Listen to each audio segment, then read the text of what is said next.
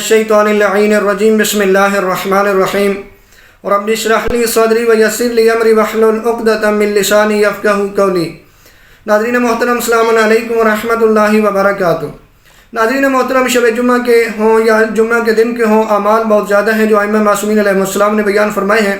اب جانتے ہیں کہ شب جمعہ جو ہے وہ رات بھی بڑی عظیم رات ہے، دعاؤں کی قبولیت کی رات ہے۔ ائمہ نے اس کی بڑی فضیلت بیان کی۔ روز جمعہ ہو تو اس کی بڑی فضیلت بیان کی، یہاں تک کہ ان دنوں میں جو اعمال کیے جاتے ہیں، رات کو جو اعمال کیے جاتے ہیں، پروردگار اس کا اجر بہت زیادہ دیتا ہے۔ اعمال تو بہت زیادہ ہیں روز جمعہ کے، لیکن ایک بہت ہی مختصر عمل آپ تک پہنچانے کی سعادت حاصل کر رہا ہوں کہ یقیناً جب بیان کروں گا، جب آپ کریں گے تو آپ حیران ہو جائیں گے، اور اس سے آپ کو ملے گا کیا؟ وہ کچھ ملے گا کہ جو ہر انسان چاہتا ہے۔ اب ظاہر سی بات ہے کہ جہاں اور ضروریات ہوتی ہیں، انسان یہ بھی چاہتا ہے کہ میرے گناہ سارے معاف ہو جائیں، کیونکہ انسان خطا کار ہے، اس سے غلطیاں تو ہو جاتی ہیں، تو وہ گناہوں کی معافی کے تو مانگتا ہے۔